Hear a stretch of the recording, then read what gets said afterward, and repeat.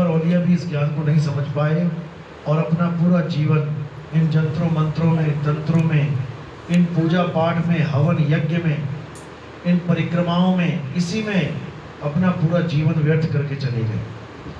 लेकिन मालिक की कृपा हो जाए तो समझ लो कि ये ज्ञान बहुत ही आसानी से समझ में आने लग जाता है। तो आज इसी मूल ज्ञान को समझेंगे, इसी को जानेंगे कि आखिर हमारे जीवन का उद्देश्य क्या है। इंसान जन्म मिला है तो क्या करने के लिए मिला है, आज इसको अच्छे से समझेंगे ताकि सब जीवों का कल्याण हो, सब मालिक के बच्चों को जन्म मरण से मुक्ति मिले। हमारा यही उद्देश्य है। तो आज इसी ज्ञान को भरपूर समझेंगे। तो सत्संग शुरू करने से पहले परमात्मा के नाम पे जयकारा लगाएंगे और फिर सत्संग शुरू करेंगे। बोलिए परमपिता परमात्मा की, सदगुरु बंदी छोड़ कबीर साहिब की, सभी संतों की, सभी भक्तों की, सदगुरु मदन पति साहिब की, दीवान जौहर पति साहिब की, सदगुरु राम सेवक साहिब की, सदगुरु वैरागपति साहिब की, करीनापुर धाम की, सभी हंसों की, पंडाल में आए सभी भक्तों की, आज के आनंद की, इस गांव नगर बस्ती की सकल हंस को बंदगी, साहेब बंदगी सतनाम जय। तो मालिक की दया आज जयपुर पे हुई है और जो मूल ज्ञान है कबीर साहब का, आज उसके ऊपर विचार करेंगे। क्योंकि जैसा कि मैंने कई बार समझाया है कि इस दुनिया में दो प्रकार के ज्ञान हैं। एक ज्ञान है पवित्र ज्ञान, जिसको जगत ज्ञान कह देते हैं, जो जगत में प्रचलित है।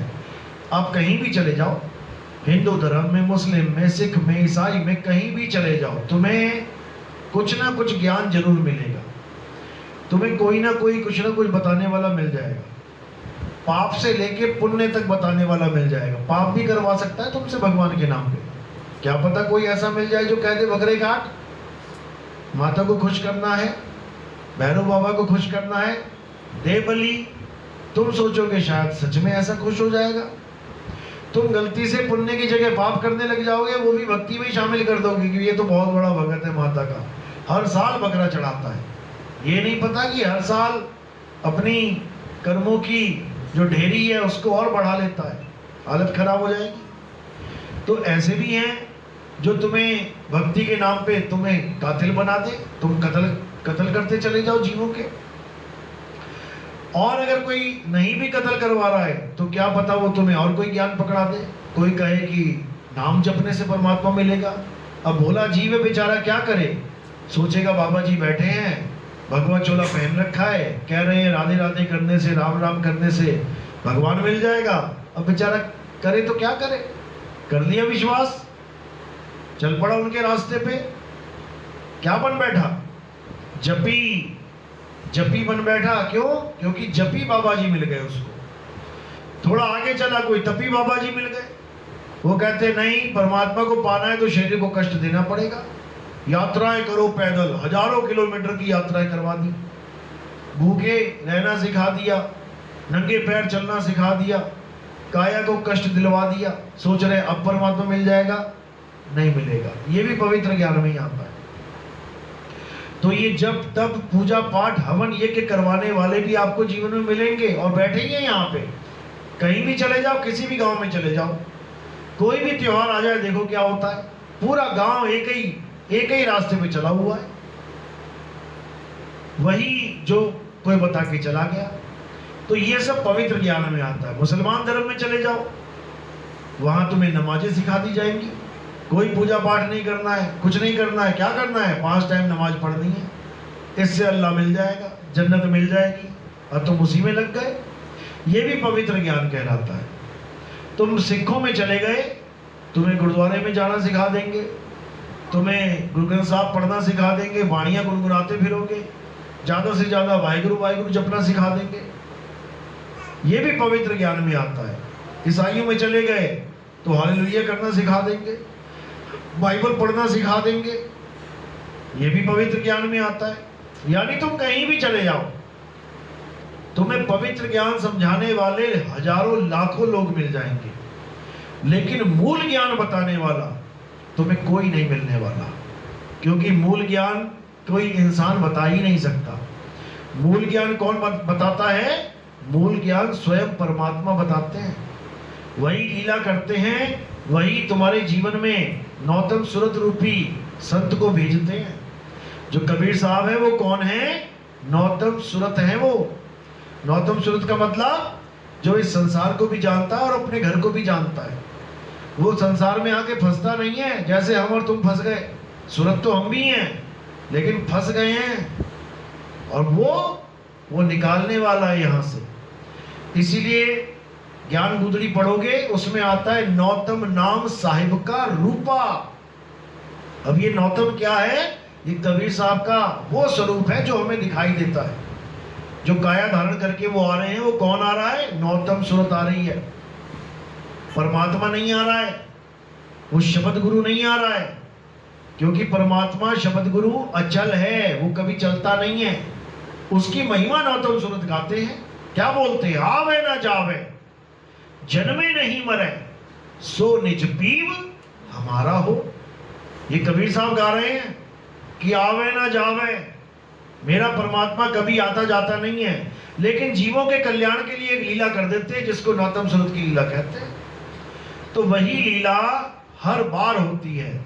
सतयुग में सतसुकृत नाम से होती है, त्रेता में मुनिंद्र नाम से होती है, द्वापर में करुणामय नाम से होती है, और कलयुग में कबीर नाम से होती है। ये चारों लीलाएं चारों युगों में होती हैं। लेकिन इसका मतलब कोई ये मत समझ लेना कि कबीर साहब का नाम केवल कबीर ही है। वो सतसुकृत भी हैं, वो मुनिंद्र भी हैं, वो करुणामय भी हैं, वो कबीर भी हैं। ये चारों नाम क्यों धारण किए? क्योंकि चार युग अलग अलग थे, इसलिए चार युगों में चार नाम धारण कर लिए। अगर 3 युग होते केवल, सतयुग त्रेता द्वापर, तो कबीर नाम होता ही ना। क्यों? क्योंकि चौथा युग आया नहीं, तो नाम कैसे धरेंगे? क्योंकि उन्होंने कहा है कि कलयुग में कबीर कहाऊं, और कलयुग ही ना होता तो क्या कहते? कुछ भी नहीं। क्योंकि लोगों ने उनको केवल कबीर मान लिया है कि वो कबीर ही है उनका नाम। यहां तक कि निज नाम को भी कबीर मान लिया, यथार्थ नाम को भी कबीर मान लिया कि कबीर साहब का असली नाम है कबीर देव। उसी को जपवा रहे हैं, ओम सोम सत्य कबीर, ओम सोम सत्य कबीर। कबीर साहब का नाम कबीर भी नहीं है, उनका नाम क्या है? जाकर नाम अकहुआ भाई, अकहुआ यानी जो कहने में नहीं आता। उनका नाम है अकह, अनाम, जो कहने में नहीं आता, लिखने में नहीं आता, बोलने में नहीं आता, पढ़ने में नहीं आता। लेकिन इस बात को वही समझ सकता है जिस पर मालिक की कृपा हो, जिसका विवेक जगा हो। तो कई जगह इशारे किए कबीर साहब ने कि मेरा कोई नाम नहीं है भाई, मेरा कोई रंग रूप नहीं है भाई, मेरा कोई शरीर नहीं है भाई। हम कौन हैं? हम शब्द स्वरूपी हैं। तो वाणी भी आती है, शब्द हमारा रूप है। साहिब कह रहे हैं मेरा रूप जानना है तो शब्द को जान। हम हैं शब्द, शब्द हम माही, हमसे भिन्न और कछु नाही। शब्द न भिन्न से देही, और कहें कबीर हम शब्द सनेही। कहते हैं अगर तू मुझे जानना चाहता है, मेरे स्वरूप को जानना चाहता है, तो ऐसे गुरु की शरण में जा जिससे मेरा विधेय स्वरूप ज्ञात हो, जो मुझे उस स्वरूप में जानता है जो देह धारण करने से पहले मेरा स्वरूप है। उसको पकड़, उसको जान। और जो मेरे देही स्वरूप को मेरा स्वरूप मान बैठा है वो अज्ञानता में जीता है। यानी जो दाढ़ी मूछों को, टोपी को, बाल को, खाल को, आंख, नाक, कान, पीठ, पेट को जो कबीर मान बैठे हैं, उनका कभी कल्याण नहीं हो सकता। गरीबदास जी ने बहुत बार वाणियों में बोला है, नानक साहब ने बोला, रूप न रेख न रंग, प्रभु 3 गुणों से भिन्न, तिस ही बुझाए नानका जित हुए प्रसन्न। जिस पर मालिक प्रसन्न हो जाता है उस पर ऐसी दया कर देता है कि वो उसके निज स्वरूप का बोध करवा देता है। वो रूप रंग से न्यारा साधो, रूप रंग से न्यारा, ऐसा गुरु हमारा साधो, ऐसा गुरु हमारा। कोई रूप ना रेख ना रंग, इनसे परे है वो। और वो क्या है? वो शब्द स्वरूप है। लोग अनजाने में क्या कहने लग जाते हैं कि नितिन दास शरीर को नहीं मानता, यानी साकार को नहीं मानता, ये पक्का निराकार का भगत है, ये पक्का निरंकारी है, ये निराकार की पूजा करवाता है। जबकि हम क्या समझा रहे हैं 2010 से, अरे निर्गुण सरगुण दोनों से न्यारा और जानेगा कोई जाननहारा। साकार भी और निराकार भी दोनों ही नहीं है परमात्मा। साकार तन है और निराकार मन है। इन दोनों से परे उस आत्म सत्ता को पहचानो, उस सत्य स्वरूप को पहचानो। और पहचानेगा कौन? ये जीव पहचानेगा, जीव जानेगा उसको। ये जीव आत्मा उस परमात्मा को जानेगा, तब कल्याण होगा। तो इसीलिए कबीर साहब ने बार बार समझाने की कोशिश करी कि अचल आत्मा को जानो। गरीबदास जी कहते हैं, सतगुरु के लक्षण कहूं अचल विहंगम चाल, हम अमरापुर ले गए ज्ञान शब्द सिरघाल। कहते हैं ऐसा गुरु धारण कर जो तुझे अचल का ज्ञान करवा दे। अचल जो चलता नहीं है। वो कबीर साहब की बात नहीं करेगा कि कबीर साहब की मूर्ति पूज लो, कबीर साहब की फोटो पूज लो। कबीर साहब भी चल के आ रहे हैं, संतो अविगत से चला आया। जब चल के आ गए तो अचल कहां रहे? ये वो स्वरूप नहीं है जिसकी पूजा करनी है। उसके सत्य स्वरूप को जानो, शब्द स्वरूप को जानो।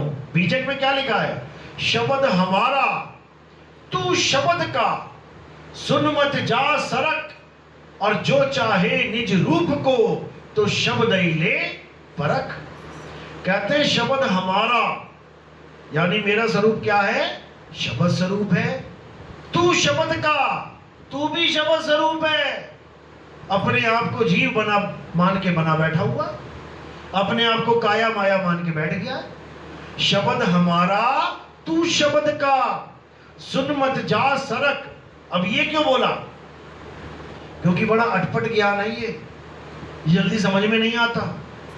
कोई बच्चा स्कूल गया, पहला दिन टीचर ने बहुत कुछ समझाया, कुछ पल्ले ही नहीं पड़ा, घर वापस चला गया। माँ कहती क्या सीखा बेटा आज?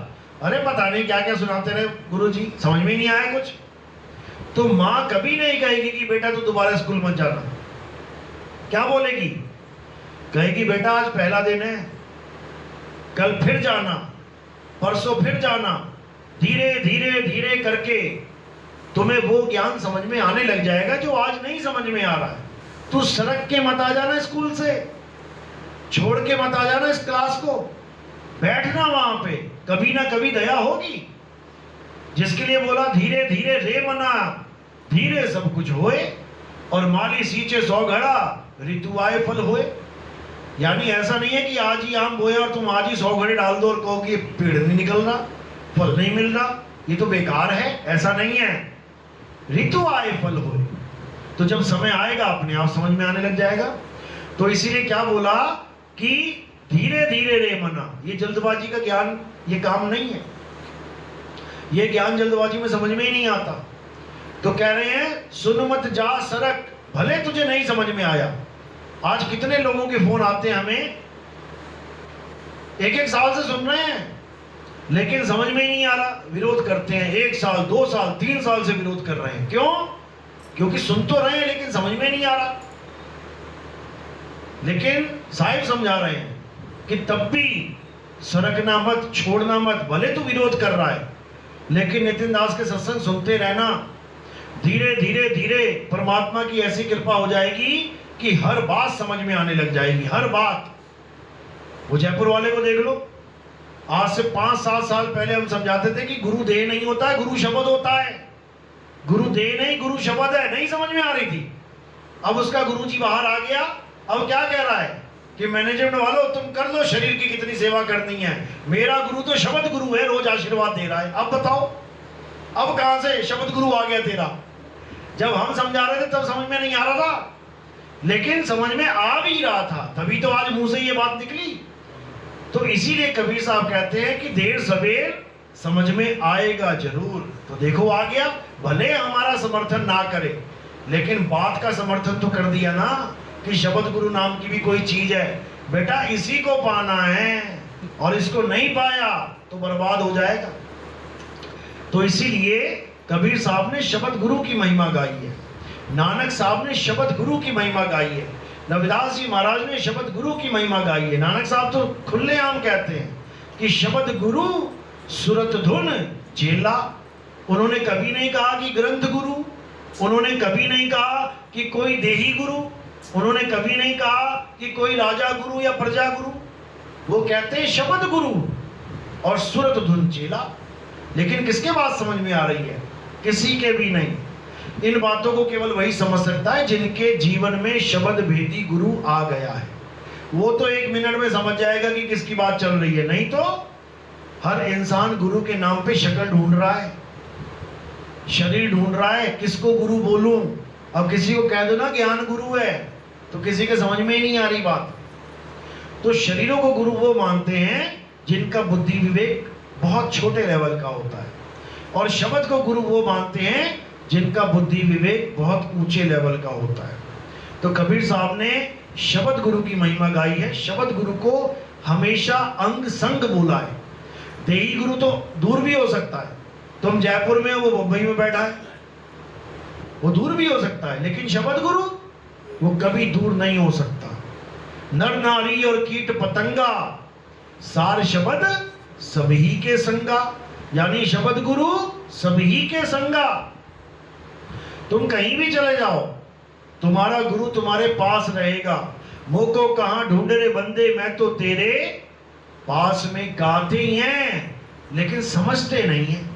अब इनसे पूछो परमात्मा कहाँ है, कहते 16 संख योजन ऊपर। बताओ, वो कह रहा मैं तेरे पास में, और ये 16 संख योजन ऊपर बता रहे हैं। बस यही अज्ञान है। तो क्या करना है? अब उसको जानना है जो हमारे पास है। ना मंदिर में, ना मस्जिद में, ना काबे कैलाश में, यानी जो तुमने ठिकाने बना लिए भगवान के नाम पे। ठीक है, शुरुआत अच्छी है। अगर मंदिर मस्जिद गुरुद्वारे ना हो तो कौन धार्मिक रहेगा यहाँ पे? फिर चाइना वाला हाल हो जाएगा। ना वहाँ कोई मंदिर, ना मस्जिद, ना गुरुद्वारा। वहाँ बस एक ही चीज़ है, खाओ कमाओ मर जाओ, खाओ कमाओ मर जाओ। इसलिए भी जीवन नहीं मिला है कि खाओ कमाओ मर जाओ। ये तो जानवरों वाला जीवन हो गया। पैदा हो गए, अब खा पी के बड़े हो जाओ, बच्चे पैदा करो और उसके बाद मर जाओ। ये तो जानवरों वाला जीवन है। अपना जीवन क्या है? इंसानों वाला जीवन क्या है? इंसानों वाला जीवन है कि अपने आत्म स्वरूप को जानो। महात्मा बुद्ध क्या बोल के गए? अपो दीपो भवा, अपना दीपक स्वयं बन जाओ। इसका मतलब क्या है? कि महात्मा बुद्ध की बहुत बड़ी बड़ी मूर्तियां बनाओ, उसके बाद उनकी पूजा करो, आगे दंडवत प्रणाम करो। जापान से लेके सिंगापुर, सिंगापुर से लेके मलेशिया, थाईलैंड, हर जगह जाके यही देखा मैंने कि महात्मा बुद्ध की बड़ी बड़ी मूर्तियां। एक तो बिग बुद्धा नाम का हांगकांग में बना रखा है, इतना बड़ा बुद्धा। बताओ, मतलब बड़ा बुद्धा बनाने का मतलब क्या है तुम्हारा? अपने भगवान को बड़ा साबित करना चाहते हो कि बाकी छोटी मूर्तियां हैं, मैं बड़ी मूर्ति बना दूंगा तो बड़ा वाला भगवान हो जाएगा। अरे वो कह रहे अपो दीपा भवा, अपना दीपक स्वयं बन जाओ। अपनी मूर्ति बनाओ, तब तो समझ में आया कि तुम अपने दीपक स्वयं बन गए। तुम भगवान बुद्ध की मूर्तियां बनाते जा रहे हो, फिर तो वही ब्राह्मणों वाला काम हो गया। वो रामकृष्ण को बनाते रहे, तुम बुद्ध को बनाते रहे। ना वो अपना दीपक बन पाया, ना तुम अपने दीपक बन पाए। तो ये सांकेतिक ज्ञान क्या है? अपना दीपक स्वयं बनो, यानी अपने आत्मदेव को पहचान लो। वो तुम्हारे घट में विराजमान है। घट घट मेरा साइया और सुनी सेज न कोय, बलिहारी व घट की जा घट परगट होए। यहां पर ये नहीं बोला कि किसी और की पूजा करनी है, कहते तुम्हारे घट में प्रकट हो जाएगा वो। और कैसे प्रकट होगा? जब तुम्हें ये समझ में आ जाए, तुम्हें ये बताने वाला गुरु मिल जाए कि वो तुम्हारे घट में विराजमान है। तो इसी को साहिब ने समझाया है, ज्यों तिल माही तेल है और ज्यों चकमक में आग, और तेरा साईं तुझ में है, जाग सके तो जाग। यानी कुछ नहीं करना, कोई मंत्र नहीं, जंतर नहीं, तंत्र नहीं, पूजा नहीं, पाठ नहीं, हवन नहीं, यज्ञ नहीं, कोई परिक्रमा नहीं, कुछ भी नहीं। हर चीज से निवृत्त हो जाओ, हर चीज को छोड़ दो। ठीक है, जो किया सो किया, अच्छी बात है। एलकेजी ABCD भी तो पढ़ी थी ना, LKG में पढ़ी थी। अब छूट गई कि नहीं छूट गई? या आज भी इंग्लिश ऐसे पढ़ते हो जैसे कोई लिखा है, कोई भी नाम WHAT वर्ड लिखा है तो क्या ऐसे पढ़ोगे? W for wolf, H for hen, A for apple, T for tiger, ऐसे तो नहीं पढ़ोगे ना। अब WHAT को व्हाट कहोगे सीधे, तो छूट गया कि नहीं छूट गया वो बचपन वाला ज्ञान। इसी प्रकार मंदिर, मस्जिद, गुरुद्वारे, चर्च ठीक है, शुरुआती ज्ञान बहुत अच्छा है, लेकिन सारी उम्र के लिए नहीं है ये कि तुम सारी उम्र इसी को लेके बैठे रहो। ये ज्ञान तुम्हें केवल एक मार्गदर्शन करता है कि भगवान नाम की कोई चीज है, अल्लाह नाम की कोई चीज है, वाहिगुरु नाम की कोई चीज है, गॉड नाम की कोई चीज है, बस इतना ही बताता है। आगे वो कहाँ है ये खोजना पड़ता है, ये तुम्हें वेदी गुरु बताएगा, तब समझो कि वो वस्तु मिलेगी, अन्यथा नहीं। तो इसलिए बोला वस्तु कहीं और ढूंढे कहीं, कैसे लागे हाथ, और गुप्त वस्तु तब मिले भेदी लीजिए साथ। जिस किताब में तुम्हें पढ़ाया गया A for apple, B for bat, C for cat, ना तो उसमें एप्पल था, ना उसमें बैट था, और ना उसमें कैट थी। वो एप्पल कहाँ था? वो पेड़ पे था। वो बैट कहाँ था? वो प्लेग्राउंड में था। वो कैट कहाँ थी? वो गलियों में थी। वो टाइगर कहाँ था? वो जंगल में था। लेकिन उसके चेहरे उस किताब में दिखाए गए, यानी एक नकल दिखा दी गई तुम्हें, और असल वहां पर नहीं है। इसी प्रकार मंदिर में जो मूर्तियां बनाई गई हैं ये उसकी नकल है। राम जी कैसे थे उसकी नकल बना दी, कृष्ण जी कैसे थे उसकी नकल बना दी, हनुमान जी कैसे थे उसकी नकल बना दी, और उसी को भगवान समझ लिया, बस यही गलती कर दी। वो तो एक नकल है, असल क्या है उसको जानना पड़ेगा। और वो भी शरीरों की नकल है, स्वरूप की नकल नहीं बना सकता कोई। कोई कहे राम जी की आत्मा का मंदिर दिखाओ, हनुमान जी की आत्मा की फोटो दिखाओ, शंकर जी की आत्मा का चित्र दिखाओ, कोई नहीं दिखा सकता। शरीरों का दिखा सकता है, आंख, कान, नाक, बाल, खाल दिखा दिया, लेकिन जो यथार्थ स्वरूप है, गीता पढ़ो अध्याय 2, हे अर्जुन तू और मैं ये नाशवान शरीर नहीं है कि तू अपने आप को शरीर मान ले और मुझे भी शरीर मान ले।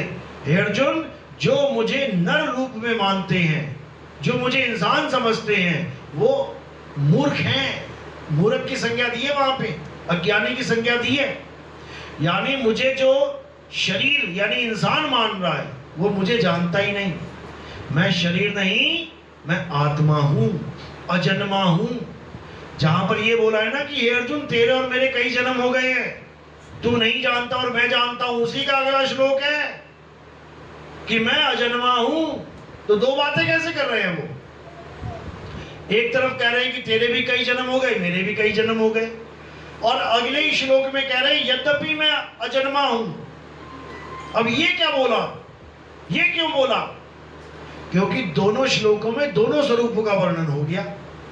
एक असत्य स्वरूप यानी नर स्वरूप, मेरे कई जन्म हो गए हैं, यानी मैं कभी राम बन के, कभी परशुराम बन के, कभी मैं बुद्ध बन के, कभी मैं कुछ बन के, वामन अवतार बन के, कई जन्म लिए मैंने, लेकिन मैं अजन्मा हूं, यानी आत्म स्वरूप में मेरा कोई जन्म नहीं होता, मैं तो अजन्मा हूं।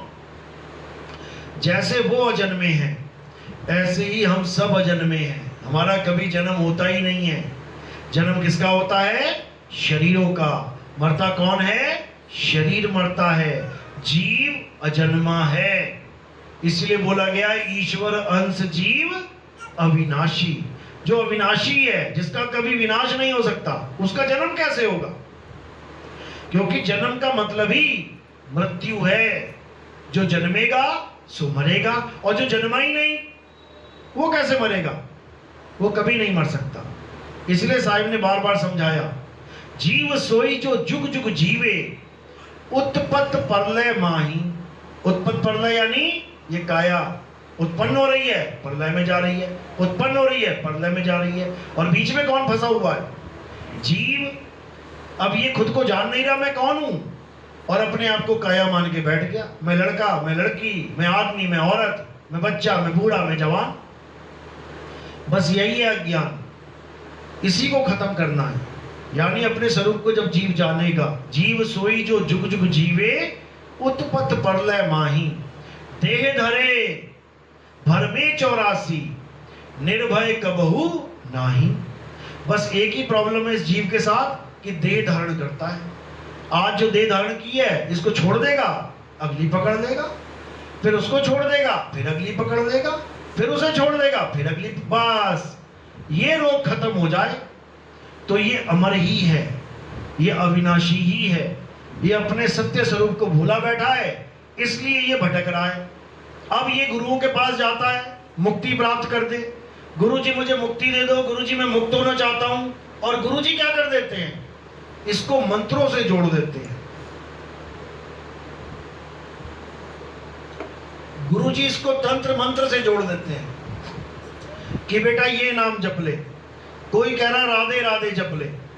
अब ये अमर जीव क्या पकड़ के बैठ गया, राधे राधे राधे। कोई कह रहा है अल्लाह अल्लाह जप ले। अब ये अमर जीव क्या पकड़ के बैठ गया, अल्लाह अल्लाह। कोई कह रहा है ओम कलियम हरियम शरियम जप ले, तेरी मुक्ति हो जाएगी। अब क्या पकड़ के बैठ गया ये अमर जीव, ओम कलियम हरियम शरियम। यानी हर गुरु इस अविनाशी जीव से मंत्रों की साधना करवा रहा है। इसको अक्षर पकड़ाए जा रहे हैं, कभी हिंदी के अक्षर पकड़ लेता है, कभी अंग्रेजी के पकड़ लेता है, कभी अरबी के पकड़ लेता है, कभी किसी के कभी किसी के। लेकिन ये नहीं जान पाता कि अक्षर बड़ा कि जीव, ये अक्षरों से बने शब्द बड़े कि जीव बड़ा। कबीर साहब ने साखी में बोला, मैं तो से पूछूं पंडिता, शब्द बड़ा कि जीव। इन शब्दों को कौन बना रहा है, इन शब्दों को कौन बोल रहा है, जीव बोल रहा है। जीवों के द्वारा ये शब्द उत्पन्न हो रहे हैं। तो जो अविनाशी खुद है वो इन नाशवान शब्दों को लेके बैठा है, तो कैसे कल्याण होगा, कभी नहीं होगा। तो क्या करना है, इस जीव को ऐसा शब्द बताना है जिसको जीव ने उत्पन्न नहीं किया। जिसके लिए बोला, बीजक बतावे वित्त को जो धन गुप्ता होए, और ऐसा शब्द बता जीव को बुझे बिरला कोई। यानी ऐसा शब्द इस जीव को मिल जाए जिससे इसका कल्याण हो जाए। अब वो शब्द क्या है, वो नाम क्या है, वो ये मंत्र जंतर नहीं है। वाणी पढ़ो, संतो अविगत से चला आया, उसमें क्या बोले, कह रहे हैं शब्द स्वरूपी नाम साहिब का। यानी साहिब यानी परमात्मा। परमात्मा का नाम क्या है, शब्द स्वरूपी नाम साहिब का। ये नहीं बोला कबीर साहिब नाम साहिब का, या सत सुकृत नाम साहिब का, या मुनिंदर नाम साहिब का, या करुणामय नाम साहिब का, बिल्कुल नहीं। क्या बोला, सत्य स्वरूपी। जो सत्य स्वरूप है वो क्या है, नाम साहिब का। वो है साहिब का नाम, यानी सत्य स्वरूप ही साहिब का निज नाम है, और वही निज नाम हमारा। सत्य स्वरूपी नाम साहिब का, सो निज नाम हमारा। अब ये जो निज नाम है यही देने आते हैं कबीर साहब। यानी कोई मंत्र जंतर तंत्र देने नहीं आते। कबीर साहब तुम्हें तुम्हारा निज नाम देने आते हैं। समझा रहे हैं वाणी में, 3 गुणों की भक्ति में ये भूल पड़ा संसार, और कहें कबीर निज नाम बिन कैसे लागे पार। तुम्हें समझा रहे हैं कि तुम्हें तुम्हारा निज नाम चाहिए, और तुम्हारा निज नाम क्या है, सत्य स्वरूप। यानी तुम्हें ऐसा गुरु मिल जाए जो तुम्हें तुम्हारा सत्य स्वरूप लखा दे। और कौन लखा पाएगा, जिसको उसका सत्य स्वरूप पता हो।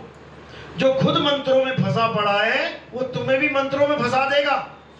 इसलिए साहब ने कहा, घर घर मंत्र देत फिरत हैं ये माया के अभिमाना, और गुरुआ सहित शिष्य सब बूढ़ गए ये भवसागर में, अंत काल पछताना साधु देखो ये जगबौराना।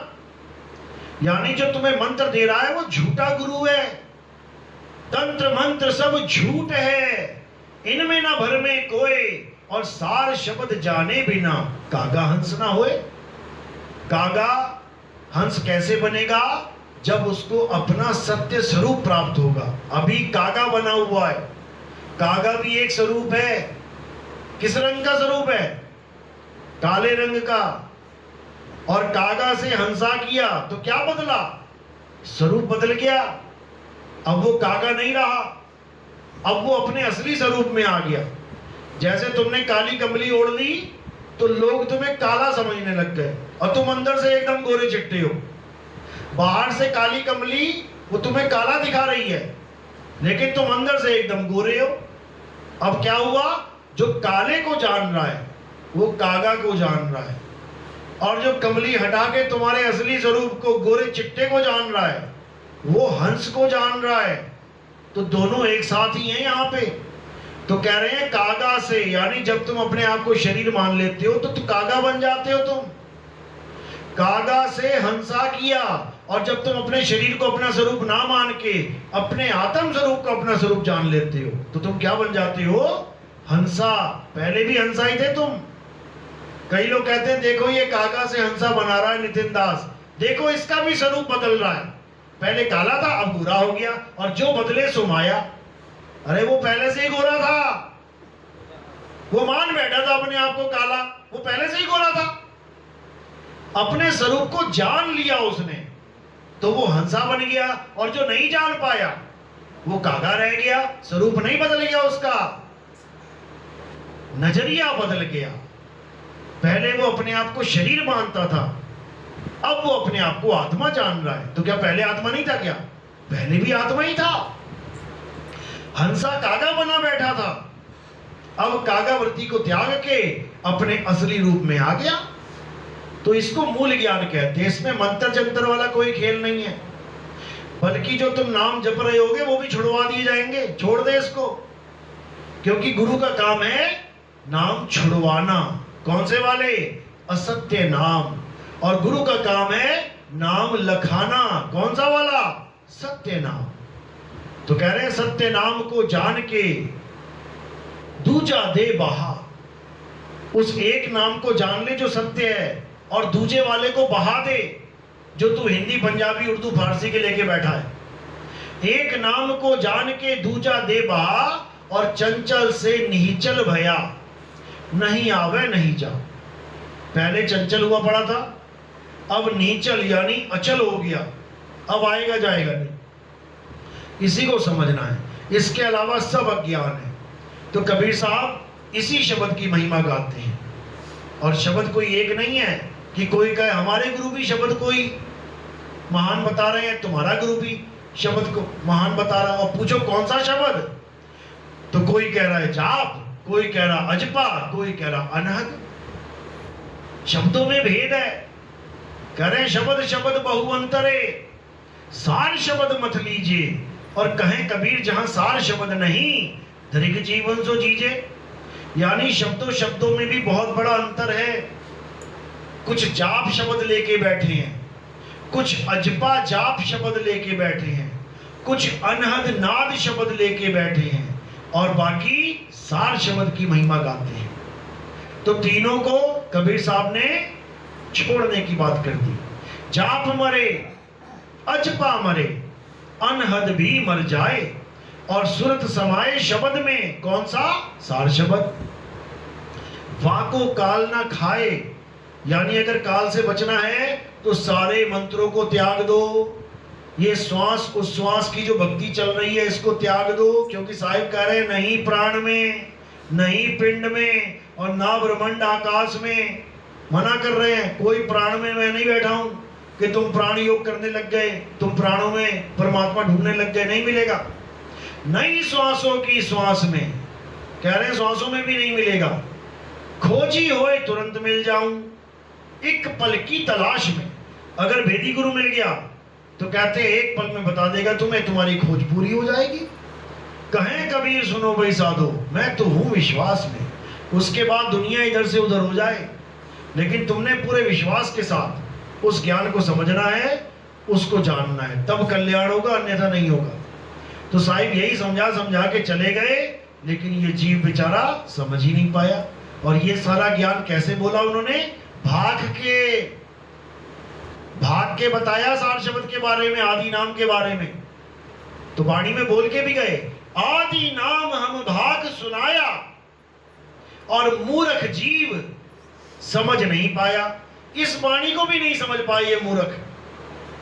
ये कहते हैं मुझे, कहते हैं देखो कबीर साहब कह रहे हैं कि आदि नाम हम भाग सुनाया, यानी आदि नाम एक मंत्र है जिसे भागा जाता है, यानी बोला जाता है। चलो मान लिया कि आदि नाम ये वाला मंत्र है, हुलुलुलुलुलु, किसको नहीं सुनाई दिया? सबको सुन गया ना। अब इसको कौन रिपीट नहीं कर पाएगा? हुलुलुलुलुलु। अब ये आदि नाम बोलने और सुनने वाली चीज नहीं है, यह है समझने वाली चीज। आदि नाम हम भाग सुनाया और मूर्ख जीव समझ नहीं पाया। अब बताओ इसमें क्या समझना था? मैं कुछ भी भाग देता हूं, लो सत्य कबीर। अब इसमें समझू क्या? जो दे दिया वो जपना है।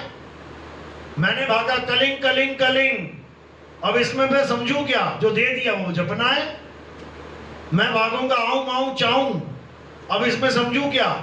जो गुरुजी ने कह दिया उसको जपना है। लेकिन यहां जपने की बात नहीं कह रहे कबीर साहब, यहां सुनने की बात भी नहीं कह रहे कि आदि नाम हम भाग सुनाया, मूर्ख जीव सुन नहीं पाया। सुनने का काम ही नहीं है यहां पे, यहां समझ की बात है। आदि नाम हम भाग सुनाया और मूर्ख जीव समझ नहीं पाया। क्यों नहीं समझ पाया? क्योंकि आदि नाम जपने का मंत्र ही नहीं है। आदि नाम तुम्हारा स्वरूप है। अब ये मूर्खों को समझ में ही नहीं आता कि शरीर के अलावा भी कोई स्वरूप हो सकता है, शरीर के अलावा भी हमारा कोई अस्तित्व है। यही समझ में नहीं आता इन लोगों को। तो करे क्या? आत्मा आत्मा तो सब कर रहे हैं। हाँ भगत जी आत्मा, हाँ भगत जी आत्मा। अब पूछो कैसी आत्मा? तो देते दांत निपोर। पूछ लो ना कि आत्मा कैसी होती है, अभी बता देंगे। आत्मा तुम्हारे जैसी होगी, जैसी तुम्हारी शक्ल है वैसी आत्मा की शक्ल है। अच्छा, और कुत्ते की, बिल्ली की, सांप की, उसकी आत्मा कैसी होगी? तो कई मूर्ख क्या कहते हैं, कुत्ते की आत्मा कुत्ते जैसी होगी। अरे तू भी कुत्ता बना हुआ था किसी दिन 84 में, तू भी हाथी घोड़ा बिल्ली बकरा बना हुआ था। तो तू शरीर धारण करते करते तेरी आत्मा भी वैसी होने लग जाएगी, आत्मा भी बदल जाएगी। ये किसी को समझ में ही नहीं आ रही बात, इसीलिए बोला मूर्ख जीव समझ नहीं पाया। आत्मा का स्वरूप बदलता नहीं है हे अर्जुन, आत्मा अपरिवर्तनशील है। शरीर बदलते हैं, करंट नहीं बदलता। शरीर बदलते हैं, करंट पंखे में आ गया तो पंखा चल रहा है, बल्ब में आ गया तो बल्ब चल रहा है, गीजर में आ गया तो गीजर चल रहा है, प्रेस में आ गया तो प्रेस चल रही है। शरीर तो बदल रहे हैं, लेकिन कहोगे करंट बदल रहा है तो वो नहीं बदल रहा, वो तो वैसे का वैसा ही है। इसी प्रकार आत्मा कभी नहीं बदलती। जिस शरीर को धारण कर ले वैसा ही खेल चलने लग जाता है। कुत्ते का शरीर धारण कर लिया तो भाव भाव कर रही है, बिल्ली का शरीर धारण कर लिया तो म्याऊं म्याऊं कर रही है, अभी इंसान का चूल्हा धारण कर लिया तो 52 अक्षर लेके बैठ गई है। ये जीवात्मा का खेल बता रहा हूं। तो इस आत्मा को समझना पड़ेगा, पहले जीव को समझना पड़ेगा, उसके बाद अपने अचल स्वरूप को यानी आत्म देव को समझना पड़ेगा, तब कल्याण होगा, नहीं तो नहीं होगा, जितना मर्जी जोर लगा लो। तो कबीर साहब ने सार शब्द की महिमा गाई, जाप मरे अजपा मरे अनहद भी मर जाए। यानी जो गुरु जाप देते हैं उनकी भक्ति नष्ट हो जाएगी। ये अक्षर खिर जाएंगे, वो अक्षर इनमें नहीं। खिर जाएंगे मतलब खंडित हो जाएंगे, ये सारी पूजा पाठ खंडित हो जाएगा, नाम खंडित हो जाएंगे। तो कह रहे हैं नाम जितने भी दिए गुरु जी ने ये सब खत्म हो जाएंगे। जाप मरे अजपा मरे, जो श्वासों में तुम्हें अजपा जाप पकड़ा दिया, कोई सोहंग सोहंग जप रहा है, कोई राम राम जप रहा है श्वासों में, कोई वाहिगुरु वाहिगुरु जप रहा है, कोई अल्लाह अल्लाह जप रहा है। तो कह रहे हैं जाप मरे अजपा मरे अनहद भी मर जाए और सूरत समाये शब्द में वाको काल ना खाए। अनहद नाद को भी खत्म कर दिया साहिब ने, लेकिन बड़े बड़े पंथ बेचारे अनहद में फंसे पड़े। अनहद मतलब कानों में उंगलियां डाल के अंदर 5 तत्वों की 5 धुनों को सुनना। कबीर साहब ने अनहद के ऊपर इतना अच्छा शब्द बोला, विवेकी एक पल में समझ जाएगा और अज्ञानी सुनकर भी धक्के खाएगा। क्या बोला? अनहद बाजा जम का थाना। परमात्मा का घर नहीं बोला इसको, जम का थाना। जैसे थानेदार का थाना होता है ना, जाना चाहता है कोई वहां पे? कोई नहीं जाना चाहता वहां। क्यों? पटे पड़ेंगे वहां पे, पटे पड़ते हैं और लठ बजते हैं वहां पे।